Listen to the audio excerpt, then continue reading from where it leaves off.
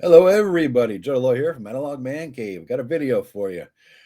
You know, don't you just fucking hate grifters? People who just enter a thing and they see an opportunity, no fucking no desire of, nothing. They're not into it. They just say, hey, here, I can make some money off of this shit. And they fucking charge a shit ton of money for things and make a fortune off of the backs of people who have been doing it forever. I don't know. Anyway, on a completely different topic, let's talk about Ben Milton. All right. Ben Milton, Questing Beast. He did a video recently. He says, what is the OSR style of play in D&D in this video? And it just pissed me off because he got a lot of things wrong, as he usually does, because he's, is he a gamer? I don't know. I mean, I don't fucking know. I honestly don't know. I mean, anybody could call themselves anything these days, right? And maybe he is a gamer just because he calls himself a gamer. I have no fucking idea.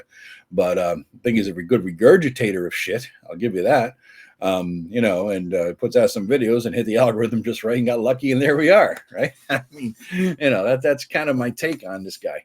But anyway, he did a video, and I just wanted to get into it because some very important points he makes in there are completely fucking dead ass wrong. All right, so might as well just start off with the freaking video here. Why don't we? I'll share it with you here, guys.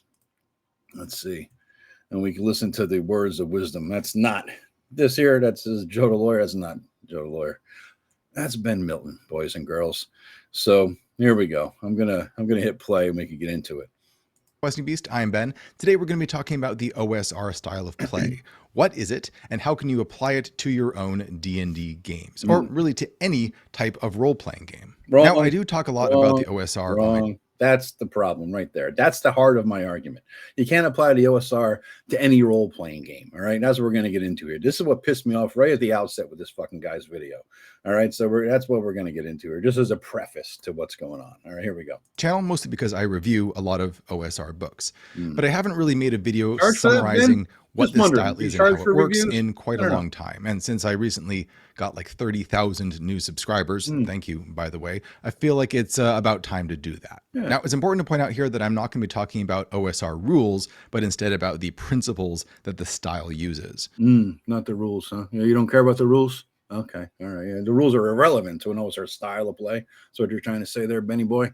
If you want to know more about the rules side of things, you can check out a video I made on the lost dungeon crawling rules of D&D, or you can check out... the lost... That's the first time this idiot came onto my fucking radar. The lost dungeon crawling rules of D&D. They were never lost, buddy. Just because you never played the game until like 97 seconds ago doesn't mean these fucking rules were lost.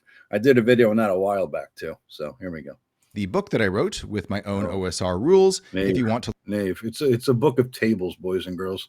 I took a look at that once. I mean, table after fucking motherfucking table. That's all it is. A book of fucking tables. Yeah. All right. Maybe there's some of the rules in there other than tables. I don't know. I just table. Learn how I run OSR games. This is Knave 2nd edition. The fact is that I don't think that the rules that a system is using have as much impact on my enjoyment as the style in which it is run. You might be playing in a 5e game or even something like Call of Cthulhu or like Pathfinder, and I'm still going to really enjoy it if it's run in this particular style. Bullshit. There's no fucking way you can play Pathfinder in 5e in an old school way and ignore the rules of the game. And I'll get into that. Style. That's what I'm going to focus on talking about today, because I think that's going to be very applicable to any type of role-playing game. I should also point out that not everyone agrees on what exactly the OSR style of play is. Yeah, by saying that, dude, all you're saying, not everybody, means if one person out of a trillion does not agree, you could actually then say, with all reality, not everybody agrees. But the truth is, we all pretty much, anybody who's been in like the OSR from the beginning, we kind of know what it is, man. We pretty much agree on it, right? The thing is, OSR was basically old school Renaissance. I don't know, it's a revival nonsense people are saying now, in other words for the R. The old school Renaissance is all about making games and modules and adventures that are compatible with the old games of the old versions of D&D up through like 2nd edition. That's pretty much what the OSR is. All right. Using the same game rules and concepts from back then to design new games and modules and things like that. Modules, by the way, are adventures for anybody new to this. That's what the OSR is. It's really as simple as that. Anybody's trying to use it as a marketing ploy now, as something to slap on a book to make, because you like the vibe, but you don't like the rules. So let's say that the vibe is separate from the rules and slap it on a book and try to make money by grifting. Not that I'm saying you're a grifter, Ben, of course, but by grifting, that's a whole different story. This is something that's been hotly debated for many, many years. So all I'll say is that this is my personal take on what this style of play looks like. All right, let's dig into the main principles that this style of play uses. And these are going to be mostly derived from the Principia Apocrypha, which is a document that I helped contribute to, link down below. So he's trying to plug this fucking book, but it's free. So, I mean, if the contents of this, the next coming up in this video, the next a good chunk, maybe 10 minutes of it, are looking at the principles in this book where, honestly, if you just took Matt Finch's book, the old school primer, and you maybe fed it into ChatGPT, not saying he did this, but if you feed it into ChatGPT and say, give me a 10-minute, 15-minute video where I could talk about these things in a different way than this actual old school primer does, it wouldn't be too different than what this guy did. All right. That's all I'm saying. Low, it's completely free. That's a really good primer on looking at this subculture within Dungeons and Dragons. The first thing to talk about is this style's do-it-yourself approach. That principle is the table is yours. You should have total free reign and feel completely comfortable changing the rules and doing whatever you want, as long as changing the fucking rules. Why would you need to change the rules if all rules are irrelevant to an old school style of play? Why would you ever need to change the rules? Does that make some sense? Anybody? Bueller? It works for you and for your players. The OSR is all about digging into the past, finding great nuggets of wisdom and game design and adventure design from things that people have created before you. We all did that. Mining that stuff and remixing it in a way that you think a lot of people is better. There's lots of great rule sets out there, but there's not necessarily going to be one that is going to be perfect for you and for your group. I'm tired of looking at this freaking guy. All right, I'm going to go through some of the principles he talks about here, guys. All right, and just touch upon some of them, because some of them make a lot of sense, because, if you read Matt Finch's old school primer, they will make a lot of sense. And so, if you pretty much take the same concept in Matt Finch's old school primer and drop it into a video, then you're going to make a little bit of sense. But back to his original argument, though, what you're looking at here is rulings. He gets into rulings, not rules, as a principle. Guess where that came from? Matt Finch's old school primer. Now, how in the hell in a Pathfinder game can you do that? Because rulings, not rules, as he talks about, require gaps in the rules. Not everything has a rule, right? Look at Pathfinder, the original Pathfinder, 3.75 as we called it. There's a rule for everything. You wipe your ass. There's a rule for it. Jesus Christ. You can't do anything without coming across the rule, bumping into a rule.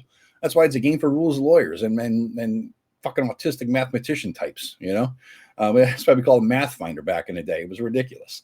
Now, and he goes on to say that OSR games have more gaps in the rules to be able to do that, right? Okay, all right. So if you're going to do an OSR 5e or an OSR Pathfinder and there's no gaps in the rules, that means you need to make gaps, or you need to change the rules, right? Ben, isn't that pretty much going against your argument that rules don't matter? Maybe. Okay. Now, another point he gets into is combat is deadly.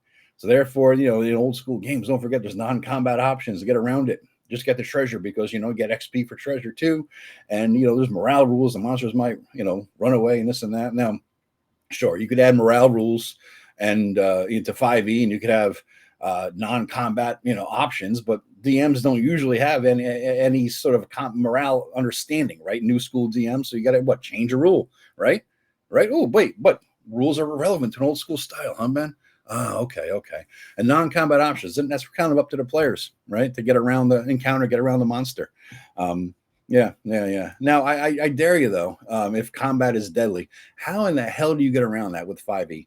When you have healing word from a distance, they gets people up, and you have the whatever the fuck bullshit cantrip that brings it back from the revivify or something like that, and you got the death save rule. You got 3 death saves. How the hell is it deadly then? I'll tell you what, I ran multiple 5e campaigns. I ran one, the longest one was almost 5 years long, and I had a house rule the shit out of that thing to give it the old school vibe, because although 5e was more old school in vibe, because they had some old school consultants, Pundit, Zach Smith, and a bunch of others, it was more old school in vibe and flavor than definitely other editions, 4th edition, 3rd edition, Pathfinder, this and that. The problem was it was too easy. It was a fucking game for pussies and Care Bears, right? And so you need to make it more deadly, okay? You need to make it harder to survive. And so you want to take away things like death saves and things like that. Now, now he gets into something here too, where he says, if there's something, he talking about traps and monsters and dangers and things like that. And he says, as a way to sort of alleviate the inherent danger of some of the old school game, his way to do that is to telegraph warnings. He says, if something is more dangerous, very dangerous, like a monster or a trap, he tries to telegraph it. And the more dangerous it is, the more he tries to telegraph it. That's some fucking bullshit DMing right there, man. That's a pussy DM. If you telegraph something is more dangerous than the rest, the players are going to be on high alert. Everything should be explained to them. You explain the environment, you show them the situation that they're looking at, and if you and you don't telegraph a goddamn thing. As long as you explain everything that's there, they should be scared to death of everything. All right. You obviously, this dude has ever played in Tim Short's Comor Forest game. Everything is creepy, from a flower to an outhouse. Everything is scary, no matter what it is. That's the old school vibe. Everything should be scary. You should always be scared to die. If you know your DM is going to telegraph, you really want to get into that, there's a really, really big thing there. Then this players are going to like, oh shit, let's not do that. No, that's a shit DM. It's a shit DM. All right. And then, the rules themselves, as I look at it, set the vibe of the game. If you have a lot of Care Bear rules, that means your expectations are that you're going to have a Care Bear game. Okay. I remember when I started a game in a game store years ago, 5th edition game, and I'm playing with the rules and understanding them and learning, and I'm changing them as I go. And the players knew I was going to adjust and adapt because this is the expectation. I'm an old school DM, and that's what I'm going to do. All right. And I remember one player had some, it was a healings focused cleric or something, healing sphere, whatever the hell it was. And I eliminated some of those things that he could do. And the kid looked at me like, the hell? And I say kid because he was in his 20s, right? So everybody's a kid in their 20s. He looked at me like stunned. He says, why would you do that? Completely not understanding, completely perplexed. Why would you do that? I said, I want to make it harder for you to live. I want to make it harder for the players to survive. And he looked at me completely stunned. Did he? It was such a misunderstanding. Like his understanding of the rules is that should be easy based on 5th edition rules. This is the ease. This is the level of ease it should be to get through. And when you start changing rules to make it harder, which is a necessity, Ben, a necessity, because you can't have the fucking vibe, you can't have the style without changing the fucking rules. It's a necessity. You need to make it harder. But he was absolutely stunned. All right, absolutely, completely stunned. Now, here's the thing. What I'm looking at here is the OSR. Somebody mentioned, I think it was the Basic Expert. He was talking about the OSR is more like a brand now. It's a marketing label. And I kind of agree. I think he made a damn good point there when he said that, because what you're looking at in the OSR, it started out with, as I said, people breaking down the rules and trying to figure out and understand the principles and, core concepts, and then making games and modules, adventures or whatever that are compatible with it. Okay. And so that you could take any OSR game and any character basically in any OSR game and run them in any other OSR game. You could take a module that's written for 2nd edition and play it in first, a BX module or an OSC module, and run it for your 2nd edition game with very little tinkering around the edges. That is what the OSR is. That's what it always is going to be. The only people who have changed the definition of the OSR are the people who are grifters, who they like the vibe, they like the feel, they like the style, and they want to slap something that says OSR on it because it's just the marketing. That's all it is. All right. It's compatible. It's an OSR game compatible with any edition. No, it's not. No, it's not, because you cannot make 5e Pathfinder 1st or 2nd edition, the 3rd edition game. You cannot make them OSR without changing the rules. And that's where this idiot is wrong. He's always wrong. Often wrong, Ben. Here's the funny thing, though, with him. It's like he says it with such authority. You know what I mean? He says it like, oh, I know what I'm talking about. He's very serious. He's a very serious person. He's he's kind of person who's often wrong, but seldom in doubt. So, yeah. Anyway, wrong again, Ben. Hope you enjoyed the video, guys. Click like and subscribe below and share it around. I expect I'll get a whole lot of flack for this bullshit, but I really don't give a shit. So, bye-bye. Hope you liked.